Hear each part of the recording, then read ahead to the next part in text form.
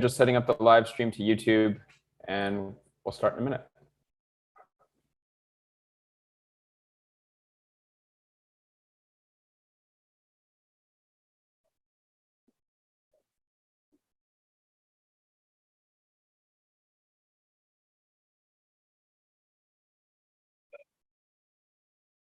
All right, Streets for All team, ready to go? Okay, great.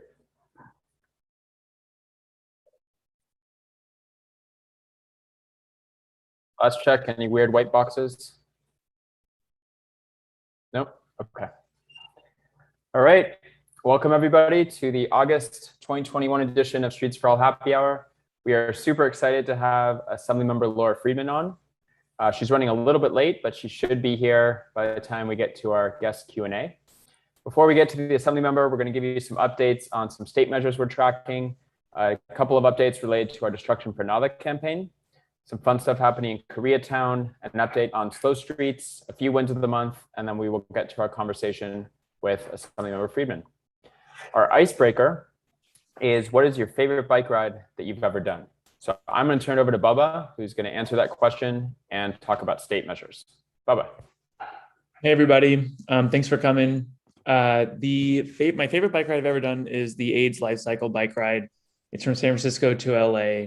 It's 7 days. It's also my least favorite bike ride. It was at times my least favorite bike ride I've ever done because it was so freaking hard. It's like 545 miles, but it was also super rewarding and amazing. And it goes, and the proceeds go to the LA LGBT Center. We're working on, trying to drum up as much support for a lot of really exciting state measures as possible at Streets for All. So myself and Mark, who's on the call, we're doing everything we can to get as much community engagement and as much support to our state legislature on some of these great measures. So I'll give you a quick recap of an update on what's going on. If you go to the next slide.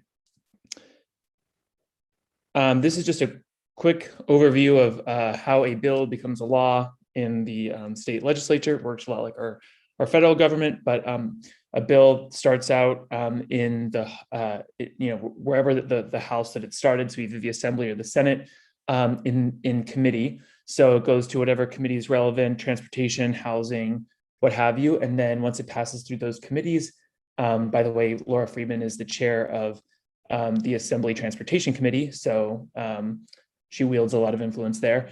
And then that bill goes to its fiscal committee, where it's judged on just on a fiscal basis on its impact to the budget. And then if it passes out of the fiscal committee, the appropriations committee, it'll go to that house's floor for a vote. So appropriations or the Assembly or the Senate for a vote. And then you repeat that process all over again on that second row for the next house, the Senate or the Assembly. And once it goes through that, it goes to the governor's desk to be signed into law. If you go to the next slide, here's just a quick recap of where we are with a lot of these bills. Nearing the finish line on a ton of them. They all started in the Assembly.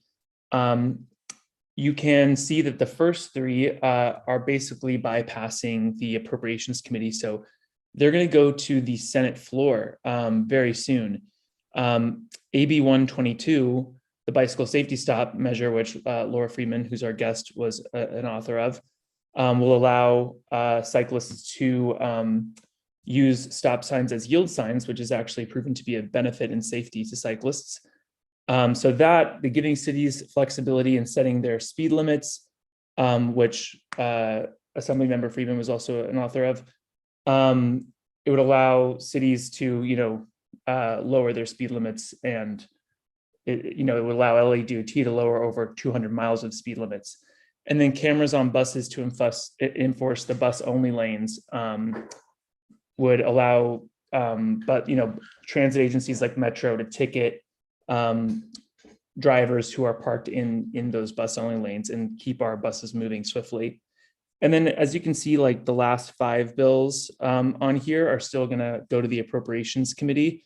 That's going to be coming up this month as well. AB 1147 would require that regional agencies like transit agencies gauge every new measure on how well it basically reduces greenhouse gas emissions. So that's coming up. The e-bike rebate program, which would be a $10 million program and allow people to get rebates when they buy an electric bike rather than an electric car, and abolishing parking minimums around transit, which Assemblymember Friedman authored as well, which should be hugely impactful to reducing sprawl, and decriminalizing jaywalking, which would be huge, and giving cities power over slow streets programs and allowing those cities to make those programs permanent. So all of those are going to the Appropriations Committee very soon. And I'll turn it over to Josh to talk about destruction for nada. Thank you, Bubba. My favorite bike ride I've gone on recently was last year. Me and a friend put together a little century ride where we went to every single Dick's Hamburger in Seattle, which is a local burger chain. So that was a lot of grease, a lot of sweat, but a good time. I'm going to give an update on our Destruction for Nada campaign. If you're not familiar, this is a coalition effort with us and a number of other local organizations trying to stop all freeway widening in LA County. If you want to learn more, you can go to destructionfornada.com. Michael, if you go to the next slide. This month, we released a letter to the next mayor of Los Angeles after Garcetti leaves. And the letter is asking the mayor to not allow any new highway widening projects as a Metro chair member, and then also to make a conscious decision about who he is, or who they are going to allow onto the Metro board, and making sure that that person is someone that opposes freeway widening. I'm going to hand it over to Katrina to talk about the Koreatown Block Party. Thanks, Josh. Hi, everyone. For those of you who haven't met me yet, my name's Katrina. I'm a new steering committee member as of last month. And my favorite bike ride that I've done so far was from Ojai out to Ventura and back over this New Year's. There's a very nice protected bike lane, bike trail that runs alongside the freeway in part and separately in part. And it was a really beautiful way to get out of town. And I'm here to talk about the Koreatown Block Party, which is happening this Saturday, August 14th from 1 to 5 p.m. And it's happening on 6th Street between Alexandria and Catalina Streets. For those of you who aren't familiar with the area, may have gotten barbecue once or twice, it's near the Chapman Plaza Market. This is an event that our colleague Adrian Hoff talked about last month. It's funded by a grant from the Southern California Association of Governments, and we're partnering with the Open Streets Org walking rollers as well as the local neighborhood council in order to put together the infrastructure and the entertainment. Our entertainment partners include the YMCA and a bunch of other local organizations. And we'll also have booths by community organizations as well. Finally, this event is a promotion for the Reimagine 6th Street event. And as such, we're going to be demonstrating safe streets infrastructure and pop-up parks lent by SCAG in order to give the community a taste of what the space could be like if it were reimagined as a pedestrian plaza. If you go to the next slide, be on the lookout for this flyer, also translated into other languages, promoting this event.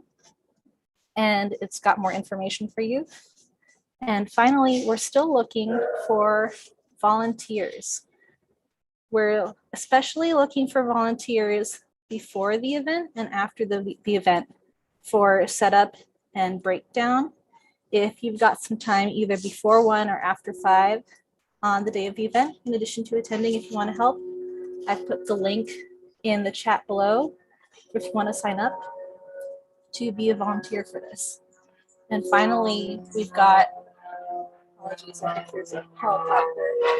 We've got a couple more renderings. This is what 6 Street currently looks like, and the next image is what we are hoping to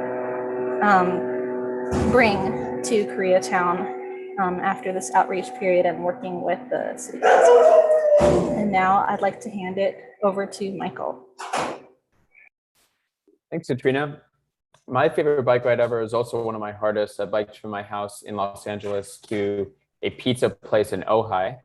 And it was also one of my favorite. Going down PCH is just beautiful. And there's a car-free bike trail that goes from the ocean up into Ojai. Pizza never tasted so good. So here's a quick update on slow streets. Just a quick reminder, slow streets were made permanent by the LA City Council last fall, and they designated money to make permanent treatments. It's been a really slow process, but it's finally moving. There are 2 permanent ones so far that LADOT has installed that we are aware of, one in MacArthur Park and one in South LA. Many more in the pipeline, Pico Neighborhood Council area, Wilshire Center, Koreatown, Mid-City West, there's more than that. And they're doing some cool stuff, 15-mile-per-hour speed limit. They're doing chicanes, neighborhood traffic circles, etc. Here's what it looks like in MacArthur Park. That top left photo, it's kind of at an angle, but if you can see that sign, it does say 15 miles per hour, and there's a picture of a bike and a person walking. And then the bottom right is a mid-block treatment. This is called a chicane, and that just makes cars slow down on long blocks. So this is, in our opinion, infinitely better than our poor, battered, and abused A-frames that were designed to sit out for a few months and have been going on over a year. The treatment in South LA is even more exciting because it includes a neighborhood traffic circle. So in the bottom left, you can see the neighborhood traffic circle treatment. This is a 4-way stop sign, and it, again, requires cars to slow down, pay attention. They can't just blow through it, or they're going to injure themselves or hurt their car. Again, full of chicanes. You got those 15-mile-per-hour signs on both sides of the street and other bollards and treatment to make cars slow down. So we're excited, and there's more to come on this. Now to our first win of the month. I want to give a shout out to CD10 for approving one of the first road reconfigurations in this part of LA in years. Adams Boulevard, people have gotten injured and killed trying to cross the street and bike on it. And they are reducing 1 lane of traffic on each side, adding a really wide and comfortable protected bike lane. And hopefully there's going to be other holistic improvements. They're trying to add trees to the project. There's going to be some flashing beacons for crossings, etc. So really great improvement on Adams, and hopefully a good sign of things to come on San Vicente, which we also need CD10's approval for. I'm going to pass it back to Katrina to talk about Sunset for All.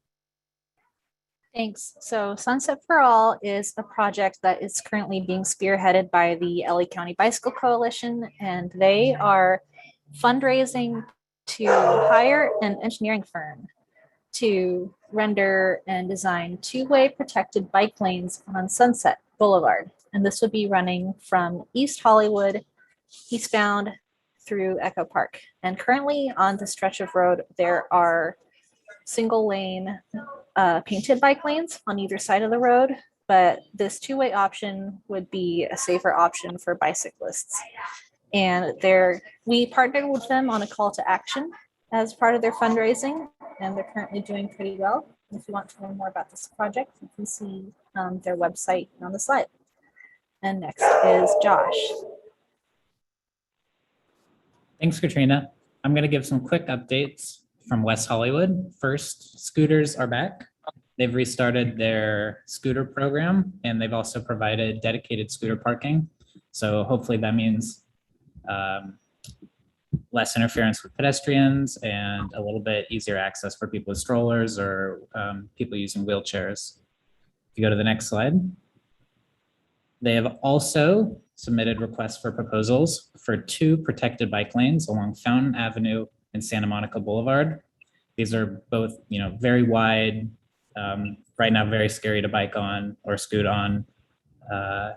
Bike lanes that are unprotected. This would protect them and create a pretty comprehensive east-west network across the city. So we can't wait to see those put in the city. Now to Michael to talk about September. So next month, we're excited to have Salita Reynolds, General Manager of LADOT, back. Salita launched Streets for All Happy Hour as our first guest a year ago, and it's been a very interesting and long year. And so we're excited to have a conversation with her, get an update, and talk about a post-Eric Garcetti era and what that could mean for transportation in Los Angeles. So I am so excited to welcome Assemblymember Laura Friedman to Streets for All Happy Hour. Laura is long recognized as a steadfast advocate for the environment, sustainable communities, and active transportation. She was appointed to serve as the chair for the Assembly Committee on Transportation in 2020. Her appointment as chair marks a shift towards forward-thinking policies such as investing in mass transit, bicycle and pedestrian infrastructure, zero-emission vehicles, road safety, and sustainability. During her time in the Assembly, Laura has secured $20 million in funding for the completion of the Glendale Riverwalk project, authored a package of bills to create new avenues for communities to tackle the affordable housing crisis, encourage water conservation, strengthen environmental sustainability, protect communities against devastating wildfires, improve access to higher education and healthcare, and ensure that California's foster youth have the support they need as they transition to adulthood. Welcome, Assemblymember Friedman. It's great to have you on. Thank you. It's great to be here. Thanks for having me. Yeah, it's really great to have you here. Let me quickly spotlight. Okay, there we go. I'm glad you made it with your transportation situation right now. So I want to start by asking you, not many state representatives bike to work and tweet pictures of them biking to work. And I'm curious, what did you experience in your life that made you want to fight for things like lowering speed limits, bike infrastructure alternatives to the car? And why don't more of your colleagues in the Assembly think that way? Well, I don't know why people don't think that way. To me, I mean, you all, I would feel very awkward trying to explain to all of you why supporting active transportation is important. I think you all understand it. Besides being a healthier way to live, it's also a way to live that when I grew up, people took for granted. It was taken for granted for me as a child that I could ride my bike in the street and then I could walk to school. And my daughter, who's 8 years old, doesn't have that same benefit. She doesn't have that privilege. People would think it was shocking for me to let her walk to school, even probably at 13 or 14, or much less ride her bike. And that's something that we're denying our children. It's something that most of us had when we were kids. I was just in Boston, and my sister, who lives in Brookline, Mass, and who's actually a transportation advocate, who did a lot of work in New York and in Brooklyn in the 80s and 90s about bicycle infrastructure, has a 10-year-old and a 14-year-old, and they do walk and bike around Brookline, Massachusetts. Brookline's done a lot for bicycle infrastructure in the last few years, but I see, particularly as I work in the legislature and focus a lot of my work on climate and on housing, I see these issues as being completely interconnected. Even though we've thought of them many times as being in silos, they're not. They're all sides of the same triangle. And so you really can't work on climate if you don't think about fundamentally changing how we view mobility and viewing mobility in a more sustainable way. And certainly as we grow, even if you don't believe in climate change, as we grow as a community, we are already gridlocked and so impacted by congestion in the region that it's the number one reason that I've seen that people don't support adding new housing. And why they push people further and further away, not understanding that sprawl leads to even more congestion. So we're in this catch-22 of people not wanting to add housing because of congestion, and then putting the housing in a place that creates more congestion. But one of the two antidotes to that are better transit, certainly, and better and safer ways of us moving people around through active transportation, and giving people ways of living where they can walk and bike to the things that they need, to their work, to grocery stores, to daycare, and to schools. So it's all interconnected. And so investments in active transportation are not about just providing recreation, although that's also important. It's about fundamentally changing the way that we live and the way that we get around in a way that's healthy, that's more equitable, that's much more sustainable, and that leads to a better quality of life for everyone. And that means investing in road safety, because our streets are not safe for pedestrians or cyclists. It's the biggest reason why people don't use active transportation. And those are investments that pay off dividends in terms of reduced emissions. And lots of other really good things that we all say we want in California. So I spend a lot of time in the legislature trying to make this argument to my colleagues and make them understand why it's important. When I came onto the Glendale City Council in 2009, I was by far the only person who had any interest in any of this in the Glendale Council. It was such a fight. And my colleagues really thought that people who rode bikes were kind of smug, entitled hipsters wearing spandex. And yeah, there's a lot of them out there, but there's also a lot of people that they didn't see. Essential workers, people who worked in restaurants, people who work in the back of the house in restaurants who had no other, who rode bikes to work because they couldn't afford a car. And these people also deserve safety as much as anybody else. And so there's a lot of variety in terms of people who need the infrastructure, and trying to make people understand that is something that I've been working on since 2009, and find it's still kind of a battle. So you are the new State Assembly Transportation Committee chair, and your predecessor was anything but progressive on a lot of this stuff. Do you think your appointment marks a shift in thinking at the State Assembly? Did you already have bills ready to go in anticipation of that happening? And I guess to latch onto that, why does this year seem so amazing for prolific bills that could really advance safety and make walking and biking easier? Yeah, I will say that my predecessor definitely had a different philosophy, and that in the Assembly and in the Senate, the chairs of committees have pretty much the ultimate control over what bills get through committees. They can hold bills and not hear bills. So a few years ago, I had introduced a bill, my first bill, about the 85th percentile, which is the arcane way that California sets speed limits based on how fast people are driving, without any regard towards accidents on the street, high injury networks, vulnerable populations, or anything else that really should be taken into account. And the chair wouldn't hear the bill, but he did allow me to change the bill to make it a bill to study the issue, which I was very frustrated about at the time. But I will say, in hindsight, it was a very good thing that we did, because we were able to put together this very large task force of all the different stakeholders, including stakeholders that in the past had opposed these kinds of measures, and law enforcement and police unions. And we had just everyone at the table, Safe Streets advocates, representatives from cities all across California, large and small. There was so much interest in this task force that we had to say no to people. And it ended up being a very large group, maybe 30 people. They met multiple times throughout the year at the CDC with staff support. We had funding for it. And they came back with a very robust list of recommendations that were evidence-based, based on studies and examples from around the country, and made a very comprehensive list of recommendations. And I was able to incorporate that into my bill AB 43 about the 85th percentile, and also into a companion bill AB 550 that was unfortunately held in Assembly Appropriations. And that was about using automated speed enforcement cameras in certain areas. And happy to talk about that.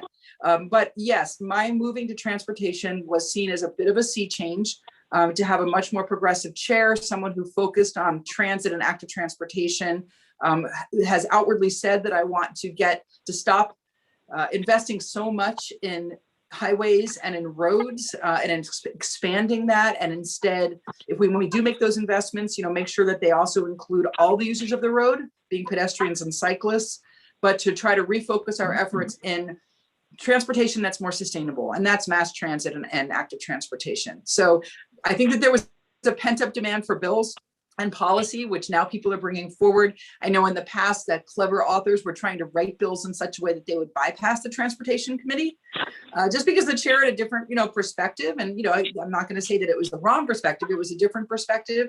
And certainly somebody that I had been chairing natural resources for the past year. Natural resources is the committee that's responsible for a lot of our climate change work and air quality work. So I bring that to transportation, as it has been the stubborn outlier of the largest source of our greenhouse gas emissions in California, and the one area where California has really gone in the wrong direction, with an increase in emissions, an increase in vehicle miles traveled over the years.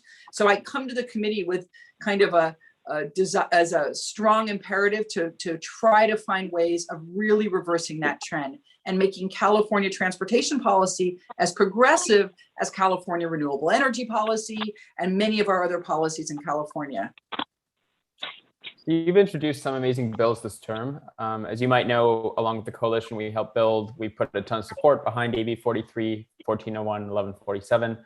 How are you feeling about these bills? What do you think the chances are of getting these through the Senate and getting the governor to sign them? And I don't think a bill to revise the absurd 85th percentile has ever gotten this far. What do you attribute that to? Is it that study? It hasn't. I think that the task force, the fact that we were able to get people who have opposed in the past, like AAA, at least to a neutral position. We worked really close with our stakeholders to address their concerns, a lot of education. getting the advocates like yourselves and the cities being, so enthusiastic about the chance of this bill. I think the slow streets efforts, I do think that what we've seen in the last year with COVID, where a lot less people were driving, there was a lot less miles driven, and yet the per mile driven accident rate went up about 30%, with a lot more traffic fatalities for pedestrians and cyclists, is something that really you can't ignore. And just so many people saying that we need to end this, that we have speed creep, that the roads are becoming increasingly more and more dangerous. Cars go faster, they go faster. People in them don't realize how fast they're going a lot of times because of the way the cars are designed and engineered. And a lot more people are interested in it. During COVID, people were out on the streets, they were biking and they were walking. So I think that there's a lot of factors that have come together to make this happen this year. But I do think that the task force's work was really instrumental in getting that groundswell of support and addressing concerns, and having evidence gathered in one place like that to show why this is important and why it can work. So in terms of its chances, I feel guardedly good about AB 43. It's in Senate appropriations now, as are many of my bills. And that's where a lot of these bills are going to live or die. Quite honestly, if the chair of Senate appropriations doesn't want to let the bills out, they're going to die.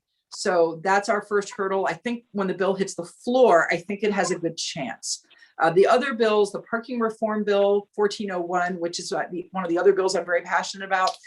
We've got concerns coming in still from Western Center on Law and Poverty, from City of Los Angeles has just come to us with a lot of concerns about, the state taking away. This is a bill that would say that within a half a mile of high quality transit, cities couldn't impose parking minimums for a variety of reasons. And I saw Donald Shoup, who's an amazing professor, who's done a lot of great work in this area, is on this zone. But there's a lot of reasons why, if we're trying to get people to use transit and invest in transit, you've got to stop making it so easy for people to park everywhere and drive everywhere. And you've got to also use that land much better and much smarter. This is valuable real estate near high quality transit that we have invested billions of dollars of state money and taxpayer money in. And it's underutilized because we're covering it in parking, which is a terrible use of land. So there's a lot of good reasons for this to pass. I think this bill is probably one that's going to face the biggest uphill climb, unfortunately. The cities are opposed. Just yesterday, my city of Burbank took an opposed position on the bill. Cities just, hate the idea that they don't have parking to use as leverage, or just to have parking that they force on developers, regardless of, what's needed for individual projects. And then the other bill is 1147, which is a bill about active transportation and sustainable community strategies. And, my attempt to try to create 15-minute cities, cities where you're within 10, 15 minutes of a walk, bike, or transit ride to wherever you need to go. This bill, and I will say, give Governor Gavin Newsom a huge plug. Originally, this bill had $250 million plugged in to fund bike highways and major active transportation projects. The governor came back and said that they wanted to actually have $500 million in the budget for major BMT reducing active transportation projects. This bill would be the blueprint for the policy to guide how that money would be implemented and spent. So it's an important piece of policy. The governor's office has been engaged with us, so I'm hopeful. But again, Senate Appropriations has the opportunity to hold the bill if they so choose, if the chair so chooses. So I'm really, any advocacy that can be done with that bill 1147 to get that bill through will be, helpful. And then there's bills by other authors that I'm usually a principal co-author of, like 122, which allows cyclists to treat stop signs as yield signals under certain conditions. AB 1238 that decriminalizes jaywalking. And AB 3, which is a Republican authored bill that will treat sideshows, which is, people who are doing sort of exhibition speed races or doing donuts in streets. It would impose the same penalties on that kind of really reckless behavior as we do on speed contests, as side-by-side street racing. Because a lot of these same people are sort of switching to this model because it doesn't have the same penalties. So that's what that bill would do. And just real quick, why would the chair of Senate Appropriations kill some of these bills and not at least get them to the full floor for a vote? Well, sometimes it's budgetary. It could be that there's a price tag and for whatever reason, they just don't think it's worth the money.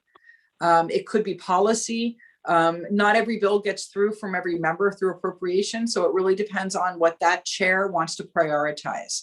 And so we will list these bills as our top priority bill, but we have no guarantee that any of them will make it out. Actually, I take it back. AB 43, I think, is coming, is not going to, it was not keyed fiscal. So that bill will not go to appropriations. It will just be, sent through because there's no price tag, but the other bills do have price tags. I don't know why 1401 is in there, but I think it is, as far as I know, going to be held on suspense, which is never a good sign when a bill that really doesn't cost anything goes into suspense. But I'm not 100% sure what's going to happen with that one yet.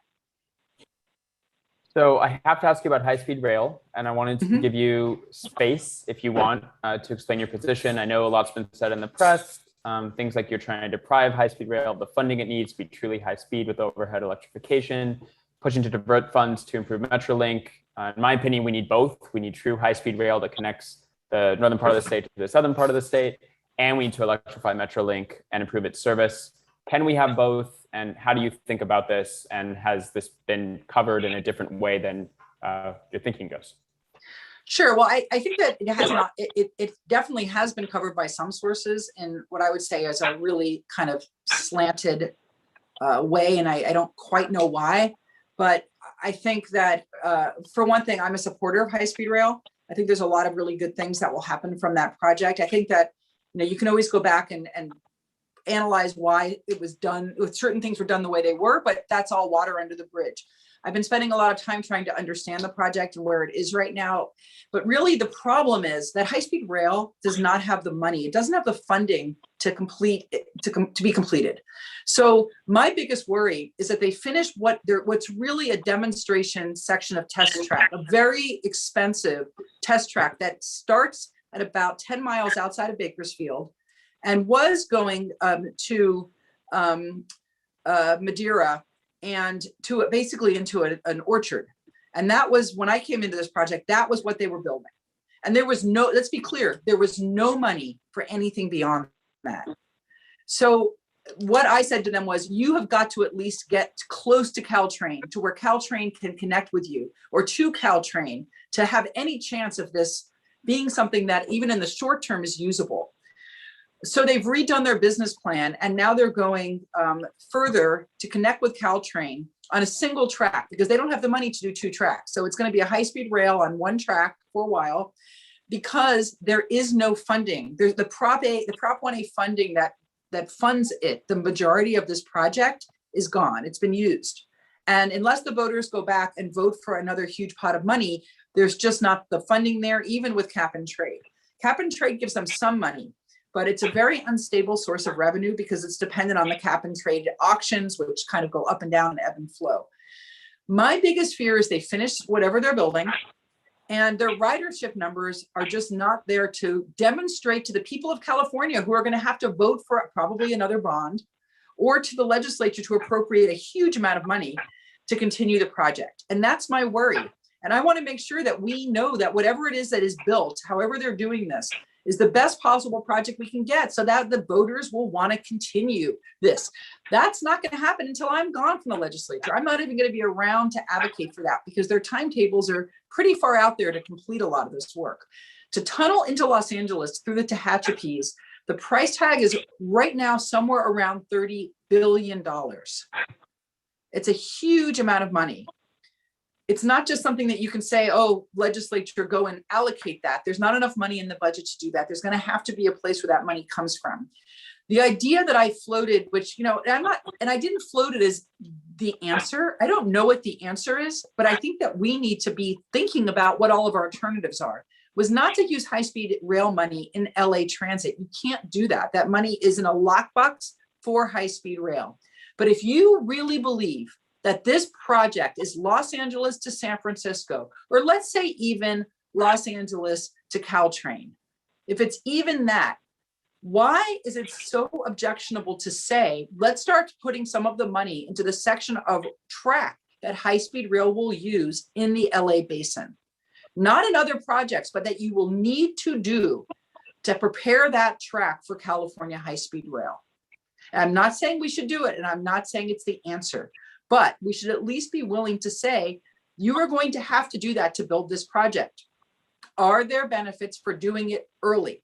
Because if you do it early and get an electrified, grade separated section of track in Los Angeles, which you will have to do to ever bring this project in, you get Metrolink running between the Burbank Airport and, let's say, Union Station or Anaheim on 15-minute headways going 70 miles an hour, with it no longer sharing track with the freight train. Now, if you want the train to stop in Bakersfield and you think that that's the end of the project, absolutely, you shouldn't even consider this. This is only if you're really serious about bringing this train to Union Station or to Burbank Airport. Because in the past, my worry is that Bay Area has transit riders. I mean, right now with COVID, they don't have a lot of them, but they will come back, and they are believers. They believe, they know what transit can do. I've been spent the last 3 days touring Bay Area transit and their issues, and yes, they need a lot of money in their system to make it really work, but it's a good system, that they have now. LA, we don't have transit riders. If you look at who rides transit in LA, it's a very small amount of people, and they are basically the people who don't have other choices. They're our most economically disadvantaged community members. We need to build transit riders in Los Angeles to finish this project. That's what I believe. So you cannot use high-speed rail money just in LA. You can only use it to do the improvement on the high-speed rail track and the tracks that you're going to use for high-speed rail. It may be not a good idea, it may be a stupid idea, but I don't understand why at least asking that question is something that, should get people to flip out, because I thought the project was supposed to go into Los Angeles. Yeah, well, that's all our hope, that we can ride a train from LA to San Francisco while we're all still alive on this planet in a reasonable amount of time. Just to piggyback on what you just said, wouldn't that potentially dig the hole deeper if you allocate the money to the Los Angeles portions? I get your point. You want to improve the transit locally, so we actually have transit riders who will actually take the train when it's built. No matter what, either way, we still have to find a lot of money to complete. We have to find project, a lot of money, right? And I don't know what the answer is. If you think that running a train from 10 miles outside of Bakersfield up to the Bay Area will do it, it may. It may. The single track, it may. And I'm not suggesting not doing that. We have to do that. We have to complete that. This wouldn't take money away from that. The question is, how do we sort of continue to build this project out? How do we do it? Do we just start tunneling? We don't have the money to start tunneling. There is an argument for putting money, if you're instead of into LA tracks, there's an argument that people are floating about putting the bulk of the money right now into that tunnel between Palmdale and the LA Basin and San Fernando Valley. And the reason they're thinking about doing that is because of Brightline. Brightline coming in from Vegas is a bit of a game changer. And Brightline is really interested in having, right now they're going to Rancho Cucamonga, right through the valley. So they have a second phase that would go to Palmdale. And one of the reasons they're interested in that phase going to Palmdale is because they can then come down through that tunnel if high-speed rail builds it and use that to connect with California high-speed rail, either in Palmdale, probably in Palmdale, but also come through to the Burbank Airport and have connectivity from Union Station on Brightline or from California high-speed rail to Las Vegas. So they're really interested in Palmdale. And so there's maybe ways of sort of connecting this high-speed rail network if we start working on that tunnel. But, these are sort of the things we need to be looking at right now. What do we use the next tranche of money on? What's the smartest way of spending that? And, I don't have a set position on any of that. I just think that we should be asking all these questions and questioning all the assumptions that are built into high-speed rail's plan. Because if we don't, we could end up with a project that's never completed. And that would be a huge shame. It would be a shame for my daughter, for California. It would be a huge waste of money if this project went to Bakersfield and never went any further. And certainly not the promise that we made for the people of the Central Valley. Makes sense. I think Bubba has a question for you. Go ahead, Bubba. Yeah, hey, Assemblymember Friedman. That's crazy, by the way. I didn't realize how much money it would cost to tunnel under LA. That's insane. But yeah, I'm working on, with Mark Vuksevich, who's on this call, we're working on, providing as much support as possible with the state initiatives, that are really exciting this year, 1401 and 1147 and 43, and we want to be as impactful as possible with our efforts. Now we send out calls to action, getting folks to email people like Senator Portantino, the chair of the Senate Appropriations Committee, which you mentioned. He has the power to basically let bills through or not, a single person, which is kind of crazy. So how do you suggest we can make the most impact here? Is it getting people to call his Sacramento office? Is it, and not just him, right? Like where do you need the advocates most in the funnel? Thank you. Yeah, I love the question. And by the way, when I gave the money for the tunnel, we don't really know what the money is. It could be less as boring technology gets better. It could be higher until they really do an analysis. We don't exactly know. So don't take that 30 billion I said as gospel. Maybe it's 20, maybe it's 40. We just don't know. And the technology is getting better for boring tunnels. So hopefully that will help. So advocacy, I think, so Mr. Portantino is actually not really the only person. I would say also Tony Atkins, the pro tem, is extremely important in all of this. So she is someone who I would definitely also put on your list to as an advocate. And, she's, I think, a good advocate for a lot of these issues, and someone who, who understands it as a representative of San Diego as well. And also as a strong housing advocate. She's a huge housing advocate. So 1401 should be something that's down her alley. But I know that the cities are pushing back hard against 1401, as are some of the other large stakeholders. And that's going to make it a very difficult bill to get through at this time. So I think just keep doing what you're doing and activating your networks. I think I would say maybe make the suggestion of not forgetting about just your local councils where you live, because the fact that so many cities are taking opposed positions on 1401 is, it's troubling. So pushing, making those cities understand that a lot of their constituents want this, that it's not something that's as deeply unpopular, that they seem to think that everybody hates it because they hear from people who say, how can you allow something to be built without any parking, and they don't hear from people who kind of say like, hey, we actually want an area around our train station that's walkable and bikeable and not just filled with parking lots. And we want to be able to maybe rent an apartment that has one spot or no spots because I don't own a car and I want to just pay less for that apartment, making them understand that there's other voices. So I would say, don't forget about your local council members, whether you live in LA, a city of LA, or in one of the smaller cities. Be vocal locally. Those local voices are sometimes missing and they're so important. Thank you. Last question, then we're going to take some audience questions. Curious what's next on deck for you for next term. Can we better fund rebates for e-bikes? Can we ditch the 85th percentile rule completely? Will we get another shot at automated speed enforcement? Thank you. I love the question. So there is $10 million in this budget, which I push for e-bikes. So that will help for low-income residents have incentives to purchase e-bikes. And by the way, I rode my first e-bike yesterday in San Francisco, a lift bike. I'd never been on an e-bike before. And I'm just like, where have you been all my life? Maybe if I can afford one, I'll no longer have to push my bicycle up my hill in Los Angeles at home. I mean, it was like, I felt like like a Tour de France rider, and because I'm not like the world's most athletic bike rider. So I was like, it's fun too, right? So fun. You can go so fast. So there's a lot of money in this year's budget for active transportation and transit. I'm going to see more, would like to see more. But one of the things that I told my new staff that I inherited when I came into this committee in January was, I want you all to go through all the existing funding formulas and see how we can unravel them, because transportation funding is all caught up in these formulas. How do we unravel them and find ways of putting as much money as we can into active transportation and transit?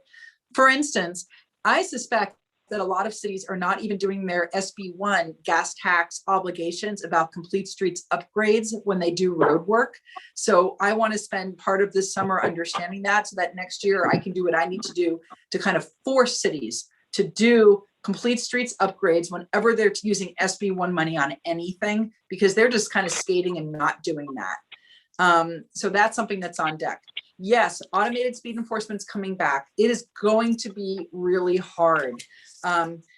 We spend so much time, I spend so much time with my staff trying to build equity into the speed enforcement bill, like nobody's business. It would have been a model of a bill that looked at equity and vulnerable communities more than any other bill in the traffic space has ever done. You know, right down to any revenue that was taken in had to be spent right back in that same streets to make them safer. It couldn't be diverted to some other community. That the first year you get a warning unless you're going like really, really fast, that the ticket price was super low, that it could be waived if it was a hardship, that we had to warn people with flashing signs before they came up to a camera, like so many things. And that if the speeds didn't come down on those streets, you couldn't use the camera anymore. To say to cities, you have to do the physical infrastructure investments to make these streets safer. And if the speed limit, if people aren't driving slower, if you keep issuing the same amount of tickets, we're taking your camera away if you don't make those physical investments. Like so much to just make sure that this was not punitive, that it was only geared towards reducing the travel speeds, rather than enforcing. And yet the bill was held in Assembly Appropriations. I think that the Appropriations Chair had, concerns about equity and about impacts on low-income communities. And I would say that for this bill to have a chance, we have to make sure that those communities are included in the conversation and that they advocate for this, because they are also the communities that are seeing the most deaths and injuries in their communities. Those are the areas where people are speeding, because those, in disadvantaged communities, a lot of times cities didn't make upgrades. They didn't put the money into streets and streetscapes. They didn't do all of the nice street infrastructure that they do in wealthy communities to slow traffic down. So these are the areas that are high injury networks, almost to a T. So it's really important that we get it through. I'll just say in my community in Burbank and Glendale, I don't even know if it was Burbank or Glendale, just last week, 3 innocent motorists, young people, 19, 20-year-old motorists were killed making a left turn because 2 speed racers hit them and killed them. They had no chance. These people were just going over 100 miles an hour on the streets. 3 young lives cut short. This is like a weekly occurrence around the state. People are driving at incredible rates of speed. I worry about my daughter every day. Whenever she's in the car with me, I'm just worried about someone running a light, someone speeding. I drive down Glen Oaks Boulevard sometimes. People pass me going 80 miles an hour on this street all the time. We need automated enforcement in these areas. The police cannot ever keep up with the enforcement. So absolutely, we'll be trying that again. I don't remember your question anymore. I'm sorry. I've been touring transit for 3 days. It's been nonstop, BART to Caltrain, and it's been great, but I am exhausted. So I'm just like, No problem. That was great. I'm going to go in the last few minutes we have you to some audience questions, if you don't mind. So this is the first question. Does the current budget standoff between the governor and legislators place the supplemental $500 million budget allocation for Cycle 5 ATP projects at risk? How do you see this getting resolved and when? I have not been told that it's at risk right now because of any last minute negotiations, which always happen. I haven't heard that. So that's all I can say. That's not been something that's been brought up to me. I am worried that we lose 1147, the bill, because I think without the bill, we don't have a really robust funding formula to make sure that these projects are truly active transportation projects that reduce vehicle miles traveled, in a way that makes sense. So all these questions are getting voted on, by the way, so I'm showing you the top ones. Sure. I think you already touched on this, but I will rephrase this question. Is there anything we can do to get AB 1401 over the finish line, or do you think, given the city opposition, this just might not be the year for it? I still hope it's the year for it, and I'm still putting it as one of my top, 3 bills. Actually, now that AB 43 is not going to appropriation suspense, one of my top 2 bills with 1147. I hope it's the year for it. I think it's a strong signal that we care about climate and that we're willing to change the way we live because we care about climate change. Otherwise, we can talk as much as we want about, the report that just came out from the UN about what's happening to our climate, but we have got to make real changes. And to me, this is one of the beginnings of that. But I would say local advocacy is really, really important, to help talk your cities off the ledge. And then, whatever you can do with the chair of appropriations and pro tem, just to let them know how important this is, that never hurts. So Bubba wants to know, where do the ideas behind your bills originate from? And is there an opportunity for advocates like us to be part of that conversation? Yes, I love getting bill ideas from advocates. We hear that all the time.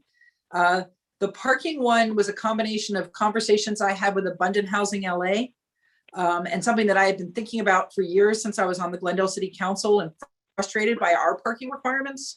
And just, you know, what I observe with land use, and I think a lot about planning and land use and climate. And so that's, you know, it all kind of came together with conversations with housing advocates, actually more than anything. 1147 was just me reading about 15-minute city programs in Europe and wanting to do something more about sustainable community strategies. So that's kind of where that came from. And, you know, just thinking about how do we connect transportation, climate, and housing together. So it's a super wonky bill. If you love wonky bills, it's like the wonkiest bill in the universe. Read it. You know, it's great nighttime reading material to put you to sleep. So sometimes I hear things on NPR. You know, I heard a story on public radio about service animal fraud. And so I'm doing a bill about service dogs, believe it or not. You know, from an NPR story, it turns out there's this huge need, you know, for that, but not something anyone ever walked into my office and talked about. So they're really, the ideas come from anywhere. I read an article in LAist about tenant abuse and about how hard it is for tenants to get code enforcement on hazardous conditions in slum housing. So we're doing a bill to make sure that cities will enforce health and safety violations in all housing without strings attached. So that came from a story in LAist. So I get ideas from everywhere, and definitely from advocates. We love to hear advocate ideas. Kyle's asking if you can discuss any progress, setbacks, or potential next steps for the bicycle highway concept you introduced as a bill earlier this year. Well, I want to, so you asked about what I want to keep working on. I want to keep working on the bicycle highway you know, idea and getting sort of dedicated ongoing streams of funding, and to get bicycle highways seen as important pieces of infrastructure as we think about regular, you know, highways for cars. You know, this shouldn't be sort of this boutique idea. This should be something that's fundamental and ingrained in the way that we fund mobility and transportation in California. So to me, 1147's, you know, again, like the other bill, it's in Senate appropriations. So that's the biggest threat. And certainly anything that happens in the budget, I'll continue to advocate for money for bicycle highways and active transportation. You ever seen photos of the bicycle highways from the late 1800s from Pasadena to downtown LA, elevated to the Arroyo Seco? I have not. I would love to see that. It's worth Googling. They were beautiful. So this is an interesting one. Some states in California require cyclists to obtain a license. In this person's city, 91% of all riding without a license citations in the past 2 years were in the predominantly Hispanic part of the city. Do you support eliminating this requirement statewide? So when you say license, you mean like a sort of licensing your bicycle, or Yes. having a special license? You know, I'd like to look into that. That's really interesting about the citations. You know, maybe there's kind of similar to the jaywalking thing of not saying you can't ask people to do the license, but to say that you can't cite them for it or fine them for it. And the only reason I say that is because I was part of setting up a licensing system, I think in Glendale, that was voluntary. And I believe the reason we did it had something to do with being able to recover bicycles more easily. I can't remember if that were stolen, but you know, I want to look into that more. If this is something that's being used as a way to kind of harass communities of color, you know, I absolutely would commit to finding ways of stopping that. I don't want to commit right now to saying there's no purpose to having a bicycle license, because I want to hear from the cities that do it as to what they're trying to accomplish. It's a fun question. But thank you for bringing it up. It sounds like a good bill idea for next year. There you go. We gave her an idea. Senator Pornatino has recently taken up bicycling. Do you think that might help in getting some of your bills through Appropriations Committee? I'm glad to hear it, and I hope so.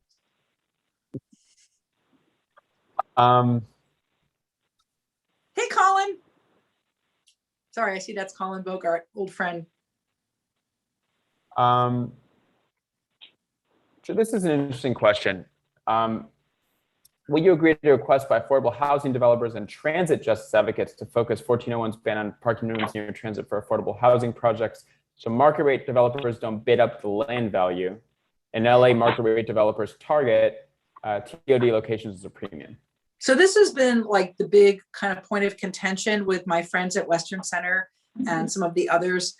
And I understand the argument. I will just say that I think that unlike things like density bonus, where you're giving developers this incentive to add affordable housing, I would contend that forcing market rate developers to add a prescribed amount of parking is a harm. First of all, I think it harms the environment to force parking when someone might actually reduce the parking, number one. Number two, I would say that I have not seen any evidence that people are really using that parking requirement by itself and care enough about it to give affordable housing as a response. I have only seen evidence that the reason that developers who use density bonus also take a parking reduction is to service the higher density without it incurring a huge amount of cost, because the benefit they get from adding the density would be offset by the amount of money it would cost them to add all these parking spaces. And most market rate developers, they add a lot of parking anyway. I mean, the idea that if you're building sort of luxury new housing, you're going to want to take some huge parking reduction and then you'll add affordability. I haven't seen it. I've been asking for examples. Where has someone just taken a parking reduction in exchange for adding affordable housing? And no one's given me even one example. All they've shown are projects that took the density bonus, which is a huge value for the developer, and then taken a parking reduction to service that. So I think it's, I understand the concern. I just have sort of my own concerns about giving that up, mostly forcing people to build all this parking. I just think it's a harm to the environment, to land use, to everything we're trying to do. So to say, we're going to force everybody to do more parking than we want so that we can then leverage that back with affordable housing is not the right way to get affordable housing. If you want the affordable housing, do an inclusionary requirement and just say, if you're going to build, you have to build a certain amount of affordable housing. You could do that. There's a lot of other ways of getting the housing without saying, we're going to play this game of saying, we want you to build X amount of parking, even though we really want Y. So I think it's, I understand where they're coming from. I have my concerns about that approach. It's a weird bargaining chip for sure. And what, frankly, we do need is parking maximums. Because like you said, eliminating minimums doesn't mean you're eliminating parking. It just means you're eliminating the minimum requirement. Yeah, and other cities that have done it, in terms of like sort of their luxury new housing, they're not reducing the parking. They're building the same amount of parking. That's what I've seen. Any last words you'd like to say to the audience that's here and people watch it in the future? Well, just that, the work that I'm trying to do, wouldn't be possible without the advocacy that you do. I'm just kind of there to service your agenda. And so I hope that you see me as that partner and that you continue to do the strong advocacy that you're doing. And please do let me know when I'm doing things wrong, and that includes if you think I'm doing things wrong on Highspeed Rail, because God knows I am looking for the solution to saving that, to getting that project built. And bring me the bill ideas. Seamus Garrity is on the call. He's one of my staffers, one of my senior staffers, and also a huge cyclist. And we want to hear your ideas, your thoughts, what's working, what's not working out there, what needs to be fixed. And when we can help either with our own advocacy back to locals, or giving an elevated platform to something, or writing legislation, we stand ready to try to help what you're doing. And I can't tell you how important your work is to me, for the planet, for the future I want my daughter to inherit. It's really what you guys are doing every day. So thank you for that. Well, thanks for that. And your bills are inspiration for us this term. So we're happy to support. It's easy when the bills are great. So Assemblymember Friedman, huge thanks for your time. Really, really appreciate it. Seamus, thanks for your help in setting this up. And we'll see everybody next month for our conversation with Selena Reynolds. Good night, everybody.